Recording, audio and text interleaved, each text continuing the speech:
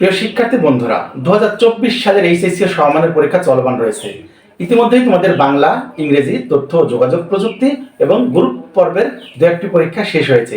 সামনে যে পরীক্ষাগুলো রয়েছে এই পরীক্ষাগুলো শেষ হওয়ার পরেই 2 মাসের মধ্যেই তোমাদের পরীক্ষার ফলাফল প্রকাশ করা হবে।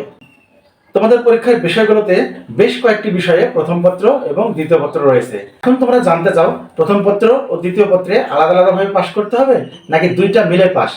তার আগে তোমাকে জানতে হবে তোমাদের যে পরীক্ষাগুলো হয় সেই পরীক্ষাতে সৃজনশীল, এমসিকিউ এবং ব্যবহারিক এই 3টা ধাপে তোমাদের একটা বিষয়ে পরীক্ষা হয়। এই পরীক্ষার মধ্যে তোমাকে 3টা ধাপে পাশ করতে হবে, অর্থাৎ তোমাকে সৃজনশীলও পাশ করতে হবে, তোমাকে এমসিকিউতেও পাশ করতে হবে এবং তোমাকে ব্যবহারিকেও পাশ করতে হবে।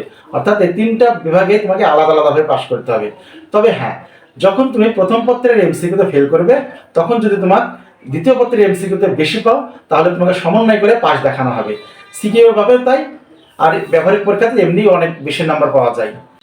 বাংলা প্রথম পত্রে পাশ করতে হলে তোমার 75 মার্কের সৃজনশীল পরীক্ষা হয়, সেখান থেকে তোমাকে 23 মার্ক তুলতে হবে পাশ করার জন্য। কিন্তু কোনো শিক্ষার্থী দেখা গেছে যে হলো 20-এর কম পেয়েছে, 18-17 এরকম পেয়েছে, কিন্তু বাংলা দ্বিতীয় পত্রের সৃজনশীলে যে সে পেয়েছে 30-35। তখন দুইটা মিলে যদি তোমার 46 মার্ক আসে তাহলে তুমি সেই বিষয়টিতে তোমাকে পাশ দেওয়ানো হবে। আবার এমসিকিউতে তুমি 25-এর মধ্যে তোমাকে পাশ করতে হলে 8 মার্ক তোলা লাগবে। এখন তুমি সেখানে গিয়ে 6 মার্ক তুলেছো। আবার বাংলা তৃতীয় পত্রের এমসিকিউতে গিয়ে তুমি 18 পেয়েছো, কিন্তু তোমার পাশ করতে দরকার 16 মার্ক। এই দুইটা সমন্বয় করে যদি তোমার 16 পার হয় তাহলে তোমাকে পাশ দেখানো হবে। তো প্রিয় শিক্ষার্থী বন্ধুরা, আশা করি ব্যাপারটি বুঝতে পেরেছো। তোমাদের প্রথম পত্র দ্বিতীয় পত্র মিলেই পাস, কিন্তু প্রথম পত্রের যে ভাগগুলো রয়েছে যেমন সৃজনশীল, ব্যবহারিক এবং এমসিকিউ এই 3টা বিষয় তোমাকে আলাদা আলাদা করে পাশ করতে হবে। তবেই তুমি 2টা পত্র মিলেই একসঙ্গে তোমার পাস রেজাল্ট আসবে। আশা করি তোমাদের সকলের ভালো রেজাল্ট হোক এই প্রত্যাশা করে আজকে এখানেই শেষ করছি।